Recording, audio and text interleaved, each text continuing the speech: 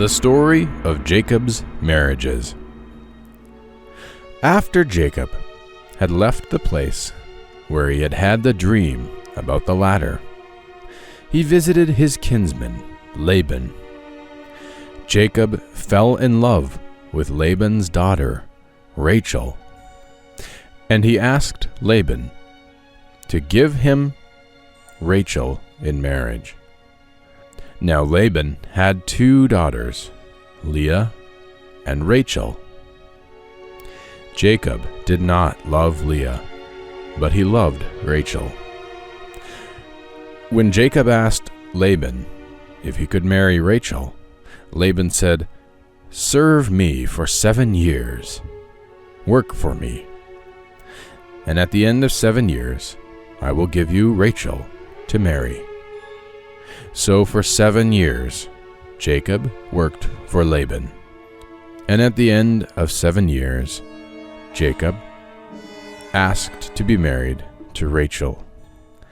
But Laban tricked Jacob and gathered the men of his place together for the wedding feast in the dark, and instead of Rachel, brought his daughter Leah.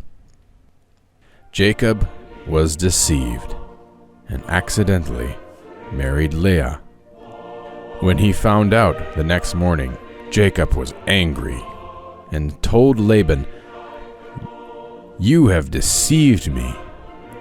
Laban made some excuses and then told Jacob, "Serve me for 7 more years, and then I will give you Rachel."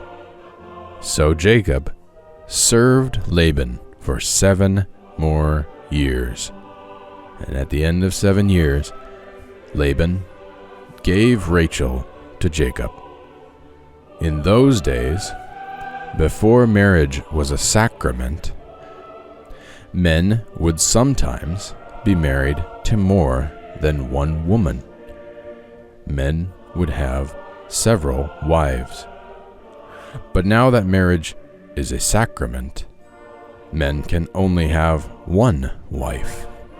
But before Jesus walked on earth, marriage was not a sacrament, and so Jacob had 2 wives, Leah and Rachel. Leah bore Jacob many sons, but Rachel only bore Jacob 1 son.